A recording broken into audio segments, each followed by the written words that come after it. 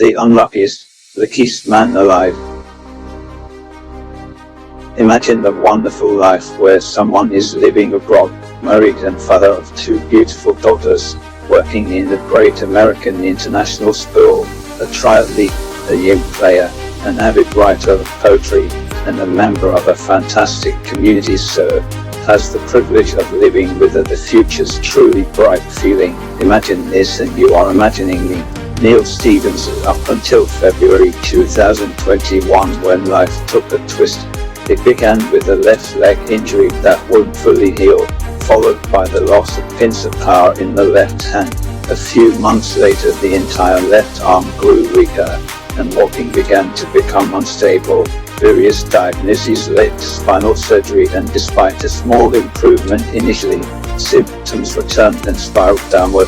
ALS had twice been considered but was never fully diagnosed up to February 2022, when the new EMG scan confirmed our worst fears. On the evening of the diagnosis I cried in desperation, admitting out loud that I wasn't prepared for an earlier than expected demise. Naturally though, the very next day I woke up, I was still me, and right there and then I knew I had a choice to make. I knew the changes that my body faced, so gone was the triathlete and young player. However, that was only 2 things off my list. Okay, I did not list a brilliant swallower of food and an efficient breather, for yes, as a fully healthy human we take such things for granted. Now knowing it lose those most human of abilities did feel daunting, but I was acutely aware of the medical procedures and equipment that offered life support. Then I made sure to be fair and respectful, noting him a fortunate soul, as I have access to all such measures. They could continue in a different way. I had to do deeper research into the equipment that helped people like me with communication, but again new good options were available to me. Then when reflecting on the life I'd already had, it was clear to me that I had absolutely no right to complain, be negative, and most of all quit. Add to this the fact that the fantastic community I mentioned poured out overwhelming support, which is ongoing to this day, and thus showed me, Neil, we wouldn't accept anything less. They still wanted me to be teacher Neil, the longest serving foreign team member of my school. They welcomed the fact I vowed to continue writing my poetry. They loved that I promised to be seen as often as I could be. Jumping into present day, and I have transitioned from hand to head to a computer control, and I'm able to continue to do all I usually do. I made sure to record most of my life's poetry in video format before losing my speech. I banked my voice so that I can still read future work. I found the hashtag, the ALS poet, available, and so I am now that too, with dedicated social media pages. Most of my poetry is humorous, and so my video editing reflects this. This skill crossed over to work this past school year, with me bringing library books to life. I was able to contribute in a variety of ways throughout the year, and plans for next year involve an increase in responsibility as I further master my technology. So here I am, still married to a warrior wife, still a father of 2 beautiful daughters, still a poet who can make people smile, laugh, and feel good, and still a teacher in a super school. After all, why wouldn't I be when the community I live in have done what they have, and the children I work with converse with me like this? Teacher Neil, I really loved it when you taught PE.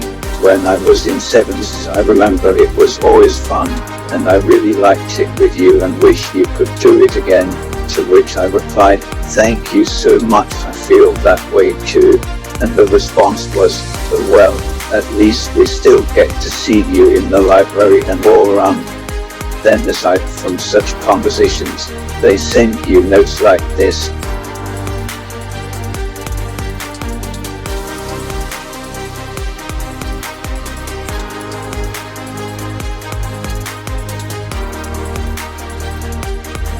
Now you know why a dear friend told me, I think you might be the unluckiest, luckiest man alive, and I agreed. So, when you're having a bad day, and you will, think of me and remember it really can't stop you from still having an impact and making a difference. That's why my poem dedicated to my diagnosis goes like this.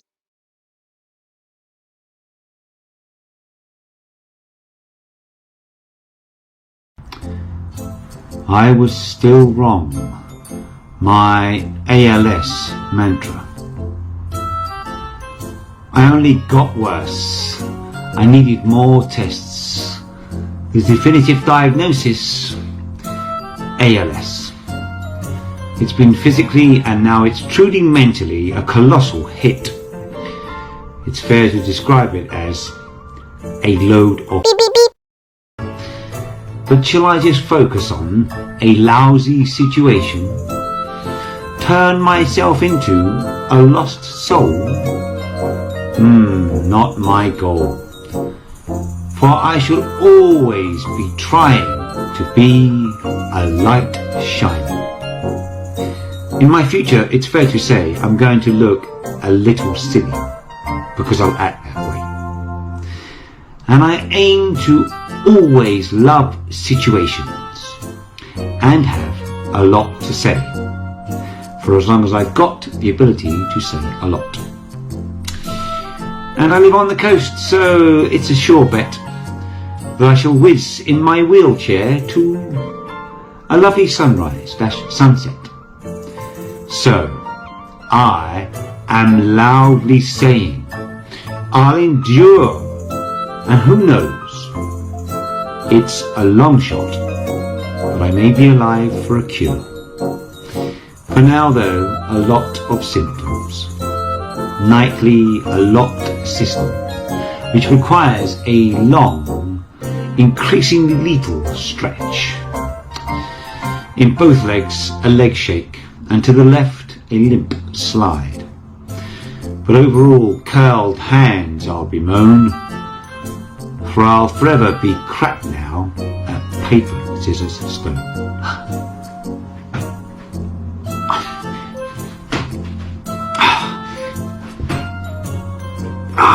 Come on.